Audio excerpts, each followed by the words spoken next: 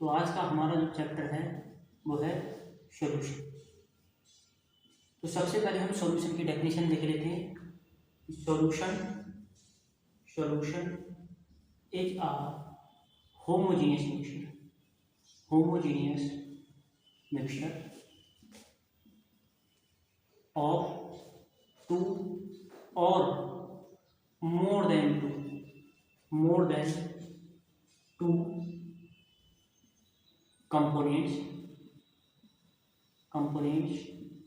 where concentration of every component is uniform in the solution। जैसे example की बात करें तो हमने सॉल्ट ले लिया, सॉल्ट को वाटर में डिजॉल्व कर दिया तो ये कंप्लीट डिजॉल्व हो जाएगा और एवरी पॉइंट पे जो कंसंट्रेशन होगी वो हमारी यूनिफॉर्म होगी।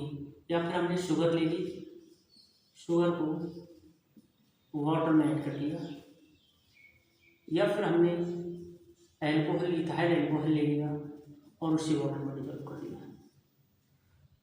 तो सॉल्यूशन में जनरली दो टर्म यूज किए जाते हैं। एक होता है हमारा सोलूट और सेकंड इज सॉल्वेंट। सोलूट हमारा लेसर अमाउंट, जबकि सॉल्वेंट को हम लार्जर अमाउंट में कंसिडर करते हैं। अब सॉल्यूशन हमारा अगर लिक्विड फॉर्म में है और सॉल्यूट जो हमारा है वो सॉलिड फॉर्म में है, तो सॉल्यूशन किस फॉर्म में बनेगा ये कौन डिसाइड करेगा? तो नोट करके लिखेंगे, यहाँ पर नोट करके लिखेंगे हम। Physical state of solution is always decided by solvent. जैसे हम बात करें, हमने यहाँ पर ले लिया पावर सल्फेट, ये हमारा सॉलिड फॉर्म में था, बट हमने जो सॉल्वेंट लिया हमने वो लिक्विड फॉर्म में लिया। तो सॉल्वेंट डिसाइड करेगा तो जो हमारा जो सॉल्यूशन बनेगा वो हमारा होगा लिक्विड फॉर्म में। क्यों? क्योंकि यहाँ पर वाटर के जो मोल हैं, वाटर का अमाउंट हमने ज़्यादा लिया है, तो इसका मीन्स ये हो गया ये हमारा हमेशा किसमें होगा? लिक्विड फॉर्म में होगा। अब जनरली हम बात कर लेते हैं टाइप ऑफ सॉल्यूशन की। तो सॉल्वेंट की फिजिकल स्टेट के बेस पर हमने यहाँ सॉल्यूशन को कैटेगराइज कर रखा है। जैसे सॉल्वेंट हमारा यहाँ पर कैसा था, सॉल्वेंट अगर हमारा यहाँ गैसियस फॉर्म में था तो जो सॉल्यूशन बन रहा है वो भी हमारा किस फॉर्म में है? गैसियस फॉर्म में है। सॉल्वेंट अगर हमारा लिक्विड फॉर्म में है यहाँ पर, तो जो सॉल्यूशन बन रहा है वो भी हमारा होगा लिक्विड सॉल्यूशन। सॉल्वेंट हमारा अगर सॉलिड फॉर्म में है तो ये भी हमारा बन रहा है सॉलिड सॉल्यूशन। क्योंकि हमने बताया था कि सॉल्वेंट की जो फिजिकल स्टेट होगी, सॉल्यूशन की भी फिजिकल स्टेट कैसे होगी? सेम होगी। जैसे सॉलिड, यहाँ पर सॉल्वेंट सॉलिड है तो जो सॉल्यूशन बनेगा उसी की फिजिकल स्टेट कैसी होगी? सॉल्यूट होगी। ठीक है, तो यहाँ पर सॉलिड स्टेट प्रेजेंट होगी। तो यहाँ पर हमने डिफरेंट टाइप के एग्जाम्पल ले लिए हैं। जैसे अगर हमारा सॉल्यूट गैस है और सॉल्वेंट भी गैस है तो हमने यहाँ पर N2 और O2 गैस को फिक्स करा दिया। इसी टाइप से अगर हमारा सॉल्यूट लिक्विड है और सॉल्वेंट गैस है तो हमने क्लोरोफॉर्म को नाइट्रोजन गैस में मिक्स करा दिया। इसी टाइप से अगर यहाँ पर सॉलिड है और सॉल्वेंट हमारा गैस है तो कैम्फर को हमने N2 गैस में मिक्स करा दिया। तो इसी टाइप से अगर लिक्विड सॉल्यूशन की बात करें तो हमने सॉल्यूट ले लिया गैस और सॉल्वेंट को ले लिया लिक्विड, यानी गैस को लिक्विड में, तो हमने क्या किया? जैसे ऑक्सीजन गैस को वाटर में डिजॉल्व कर लिया। इसी टाइप से हमारा अगर सॉल्यूट और सॉल्वेंट दोनों सेम फिजिकल स्टेट को शो करते हैं, तो जैसे हमने इथेनॉल को वाटर में डिजॉल्व कर लिया, इस टाइप का जो सोल्यूशन बनेगा उस टाइप के सोल्यूशन को बोलेंगे हम लिक्विड सॉल्यूशन। ये डिफरेंट टाइप के और भी हमारे सॉल्यूशन है। जैसे दोनों की फेज अगर फिजिकल स्टेट दोनों की सॉलिड हो तो कॉपर को हमने जैसे गोल्ड में डिजॉल्व कर लिया, और क्या कहते हैं, यहाँ पर जैसे गैस है और ये सॉलिड है तो हमारा ये हाइड्रोजन को और पैलेडियम के साथ जो मिक्स करा दिया तो इस टाइप के सोल्यूशन को बोलेंगे हम solid concentration term. Concentration term हमारे दो टाइप के होते हैं, एक तो होते हैं वॉल्यूम रिलेटेड,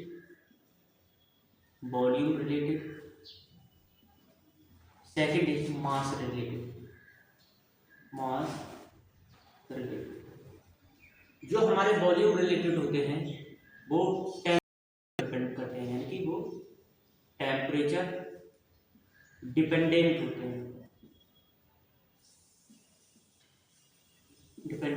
हैं, और ये हमारे टेम्परेचर इंडिपेंडेंट।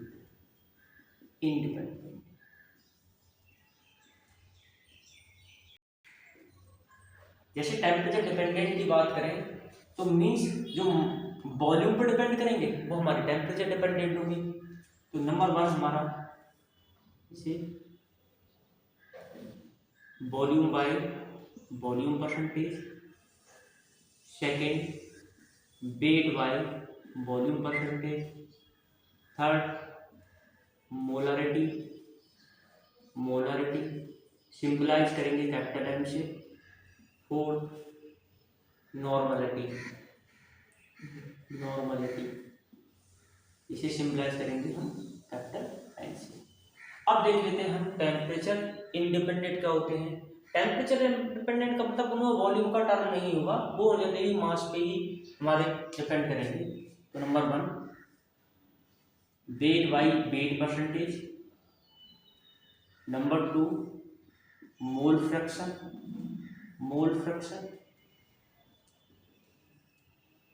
नंबर 3 मोलरिटी को सिंपलाइज करेंगे हम स्मॉल एम से। Number 4 part per million, 5 part per billion. ये हमारे वॉल्यूम रिलेटेड हो गए, ये हमारे टेम्परेचर रिलेटेड हो गए। अब हम सिंपलाइज इनके कुछ फॉर्मूले हैं उन्हें नोट कर लेते हैं। तो सबसे पहले हम बात करेंगे वॉल्यूम रिलेटेड की। तो सबसे पहले वॉल्यूम रिलेटेड में हम लेते हैं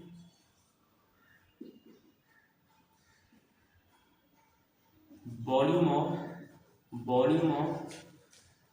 of solute upon volume of solution into 100। हमारा है सेकेंड हमारा है वेट बाई वॉल्यूम परसेंटेज। तो ये हो जाएगा wait of solute divide by volume of solution into 100। Third हमारा मोलरिटी सिंपलाइज करेंगे कैपिटल एम से। Number of moles of solute divide by volume of solution is litre. ये हमारी मोलरिटी हो गई। मोलरिटी के और भी फार्मूले हम यहीं पर मेंशन कर लेते हैं, जैसे मिक्सचर ऑफ सॉल्यूशन, यानी कि 2 सॉल्यूशन हमको दे रहे हैं, उससे तीसरा सॉल्यूशन बना रहे हैं, तो उसकी मिक्सचर की जो हमारी फाइनल जो मोलरिटी होगी उससे किसी टाइप से हम सिंपलाइज करेंगे। तो molarity final volume final equal molarity of 1 solution volume of 1 solution, molarity of 2 solution और वॉल्यूम ऑफ सेकेंड सॉल्यूशन। ये मिक्सचर ऑफ सॉल्यूशन के फार्मूले। अगर हमें डाइल्यूशन और कंसंट्रेशन का टर्म निकालना हो, डाइल्यूशन या कंसंट्रेशन का टर्म निकालना हो, जैसे M1V1 इक्वल M2 V2, ये हमारे मोलरिटी टर्म। जैसे एक सॉल्यूशन की हमें मोलरिटी दी है और वॉल्यूम दिया है, सेकंड सॉल्यूशन का हमें वॉल्यूम दिया है और मोलरिटी पूछ रहा है, तो हम वहां से M2 को कैलकुलेट कर सकते हैं।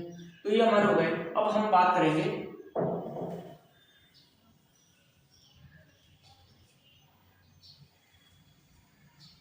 नॉर्मलिटी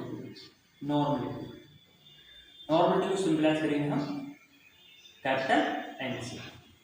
तो नॉर्मलिटी इक्वल होता है number of gram equivalent, number of gram equivalent volume of solution.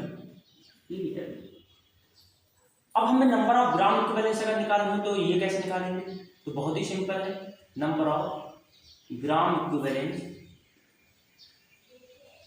Equal number of moles into N factor. अभी सीखेंगे हम एन फैक्टर को कैसे निकालते हैं। हमें ऐसे एन फैक्टर भी निकालना है। Number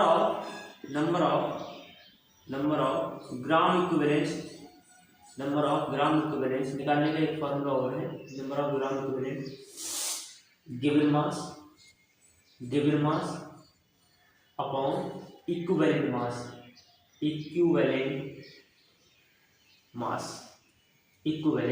mass.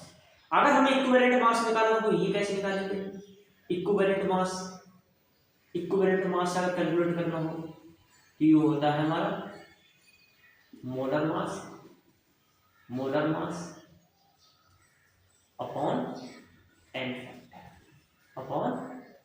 Factor.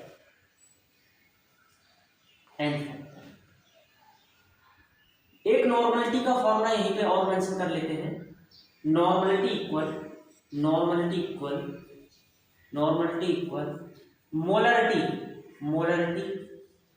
Molarity into N factor. ये हमारे नॉर्मलिटी के फॉर्मूले हो गए। नॉर्मलिटी के हमने यहाँ पर अप्रॉक्सीमेट 2-3 फार्मूले यहाँ पर नोट कर लिए है।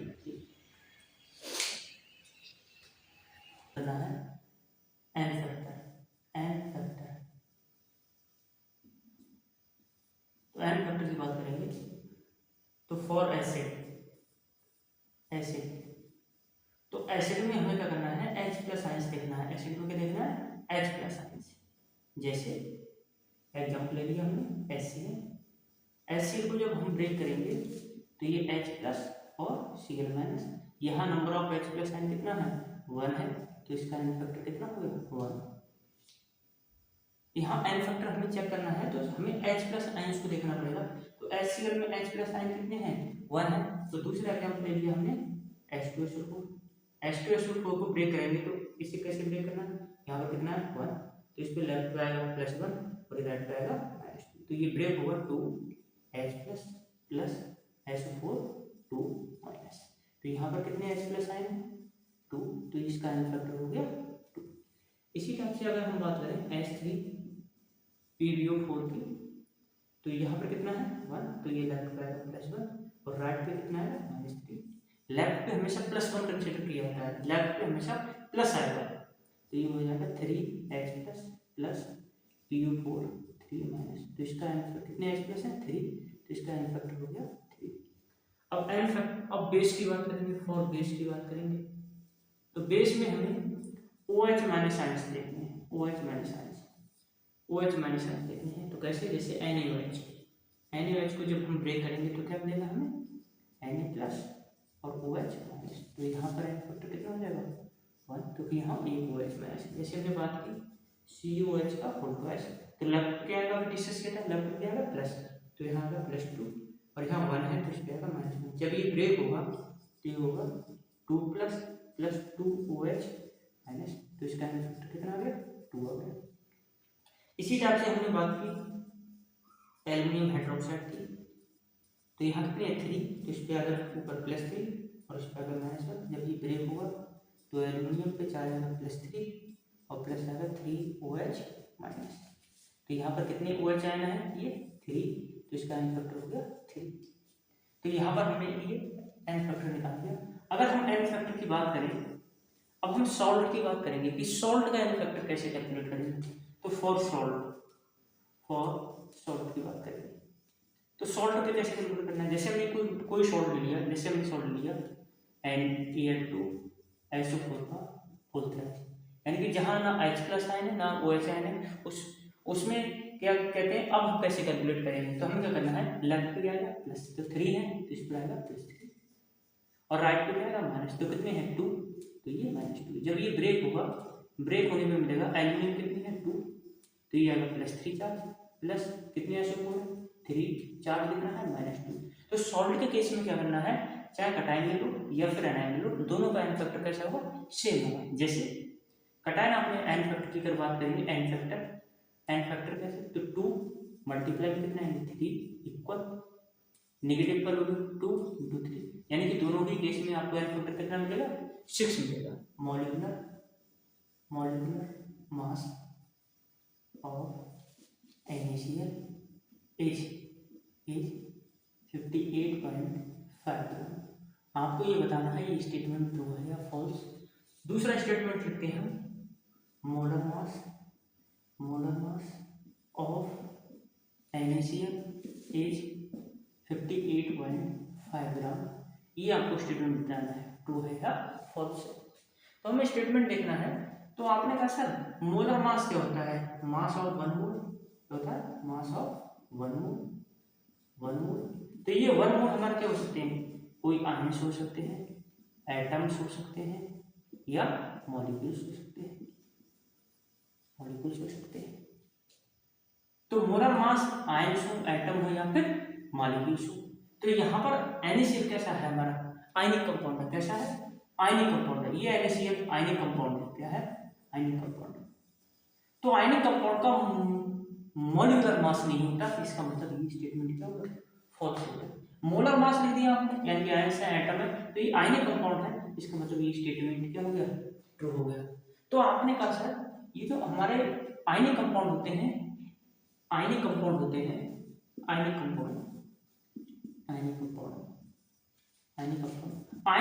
में मॉलिक्यूलर मास को हम नहीं बोलते, तो हम क्या बोलते हैं, आयनिक कंपाउंड में हम बोलते हैं फॉर्मूला मास। क्या बोलते हैं हम, फॉर्मूला मास। आयनिक कंपाउंड का क्या बोलेंगे हम, फॉर्मूला मास बोलेंगे। तो अगर हम यहाँ पर स्टेटमेंट लिखें कि the formula mass of NaCl is 58.5 ग्राम। तो ये स्टेटमेंट क्या हो जाएगा हमारा, ट्रू हो जाएगा। स्टेटमेंट क्या हो जाएगा, ट्रू। क्यों, क्योंकि आयनिक कंपाउंड को का जो मास होगा उसे हम क्या बोलेंगे, फॉर्मूला मास बोलेंगे। तो फॉर्मूला मास बोलेंगे तो आपने कहा कि सर इसका मतलब ये फॉर्मूला आयनिक कंपाउंड जब भी आएगा तो उसे हम क्या बोलेंगे, फॉर्मूला मास बोलेंगे। ठीक है, इसे आप हम थोड़ा सा आगे बढ़ते हैं। इससे मोलरिटी एक टर्म हम यूज करेंगे, इंट्रोड्यूस करेंगे, फॉर्मुलेटी क्या होती है, मोलरिटी होती है वो हमारी कंसंट्रेशन की जनरल टर्म है। क्या है बेटा, जनरल टर्म है। जबकि फॉर्मुलेटी यूज की जाएगी हमारी आयनिक कंपाउंड के लिए, आयनिक कंपाउंड। तो आपने कहा सर आयनिक कंपाउंड अगर हमारे पास गिवन है तो उसमें हम उसकी कंसंट्रेशन को मोलरिटी नहीं बोलेंगे, हम क्या बोलेंगे, फॉर्मुलेटी बोलेंगे। क्यों, ये कंपाउंड हमारा कैसा है, आयनिक है। तो हम अगर मोलरिटी बोले या फिर हम फॉर्मुलेटी बोले, आयनिक कंपाउंड के केस में तो क्या हो जाएगा formula, number of moles of formula unit of ionic compound divide by volume of solution litre में। तो हमें यहाँ से ये पता लगेगा कि सर मोलरिटी क्या है, वो जनरल टर्म कंसिडरेशन टर्म है, जबकि फॉर्मुलेटी की अगर बात करेंगे तो वो हम आयनिक कंपाउंड में इसे कैलकुलेट करेंगे। तो इसी के टर्म में हम आगे बढ़ते हैं। तो हम कुछ फार्मूले लेते हैं जो हमारे टेम्परेचर इंडिपेंडेंट फार्मूले थे। तो हमका वेट बाई 8%। तो इसे क्या लिखना है, weight of solute divide by weight of solution into 100 mole fraction of A. ये क्या है हमारा, मोल फ्रैक्शन है। ये मोल फ्रैक्शन का सिंबल है, मोल फ्रैक्शन। तो क्या लिखना है, ए के मोल, एन क्या है, symbol of mole upon total mole solution के, यानी कि सॉल्यूशन में जितने टोटल मोल प्रेजेंट है उसे हम क्या बोलेंगे, total mole of ppm, part per million. कैसे लिखाएंगे, mass of solute divide by mass of solute divide by 10⁶ mass of solution, mass of solution. इसी टाइप से हम पीपीबी की बात करेंगे, part per billion, part per billion. तो mass of solute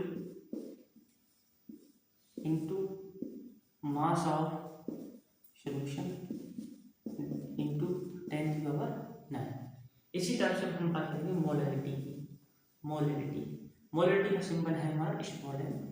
इसे कैसे करेंगे, number of moles, number of moles of solute, number of moles of solute divide by weight of solvent, wait of solvent in KG.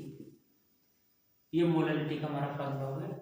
इसी तरह की अगर और बात करें मोलरिटी का एक और फॉर्मूला लिख देते हैं, मोलरिटी इक्वल 1000 कैपिटल है अपॉन 1000 डी माइनस एन एन1। स्मॉल एन क्या है, स्मॉल एन, स्मॉल एन है हमारी मोलरिटी, मोलरिटी। और कैपिटल एम क्या है हमारा, कैपिटल एम क्या है हमारा, मोलर मास।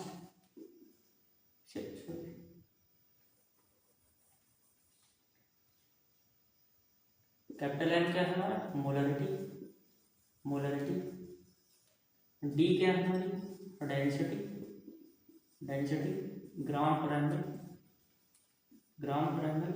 और m1 क्या है, m1 है हमारा molar mass of solute, molar mass of solute. Molarity, molarity of pure water, pure water, pure water की मोलरिटी क्या होगी। तो आपने कहा सर मोलरिटी इक्वल होता है number of moles divide by volume of solution liquid. तो हम नंबर ऑफ मोल्स कैसे कैलकुलेट करेंगे, तो हमने यहाँ पर कंसिडर कर लिया, लेट कर दिया, यहाँ पर हमने लेट कर दिया 1 लीटर वाटर है, क्या है 1 लीटर वाटर है। आपने कहा सर 1 लीटर वाटर में 1000 ml होते हैं, कितने होते हैं 1000 ml। और वाटर की जो डेंसिटी होती है वो होती है 1 ग्राम पर ml। वाटर की डेंसिटी कितनी होती है, 1 ml की अगर बात करें तो वाटर की डेंसिटी होती है पर ग्राम, यानी कि 1 ml का वेट कितना आएगा 1 ग्राम। तो 1000 ml का जो वेट आएगा यानी कि मास आएगा, मास ऑफ 1 लीटर वाटर वो कितना आएगा 1000 ग्राम। अगर केजी की बात करेंगे तो इसे हम कंसिडर करेंगे 1 kg। तो नंबर ऑफ मोल्स निकालनी है आपको, नंबर ऑफ मोल्स निकालनी है किसके, वाटर के। तो क्या formula number of moles of water, तो given mass divide by molar mass, molar mass. तो आपने कहा सर कितना गिवन मास है, तो आपने कहा सर ग्राम में 1000 ग्राम। मोलर मास कितना होता है वाटर का 18 ग्राम। तो इसे हम डिवाइड कर लेंगे, डिवाइड करने पर यह आएगा 55.5, यानी कि वाटर के जो मोल आ गए वो आ गए 55.5। अब वाटर के नंबर ऑफ मोल्स आ गए तो यहाँ पर इसकी वैल्यू को, इसकी वैल्यू को यहाँ पर पुट कर देंगे, तो number of moles 55.5। Volume of solution, volume of solution litre में चाहिए, तो आपके साथ लीटर में वाटर का कितना सॉल्यूशन लिया है 1, तो मोलरिटी कितनी आ गई हमारी 55.5, मोलरिटी आ गई हमारी 55.5। अब हमें अगर स्टेटमेंट में इसी में पूछता मोलरिटी, हमसे पूछता molarity, molarity of pure water, molarity of pure water, तो कैसे कैलकुलेट करते हैं, तो आपने कहा मोलरिटी इक्वल होता है number of moles of solute divide by weight of solvent, wait of solvent in KG. तो आपने कहा नंबर ऑफ मोल्स अभी हमने वाटर के कैलकुलेट किए हैं, नंबर ऑफ मोल्स कितने हैं वाटर के 55.5। आपने कहा weight of solvent in KG, तो weight of solvent in KG कितना है हमारा 1 kg, यानी कि इसमें आ गया 55.5। तो यानी कि हम ये कह सकते हैं कि प्योर वाटर की मोलरिटी और मोलरिटी दोनों कैसे होती है, सेम होती है, और ये जो वैल्यू होती है वो होती है 55।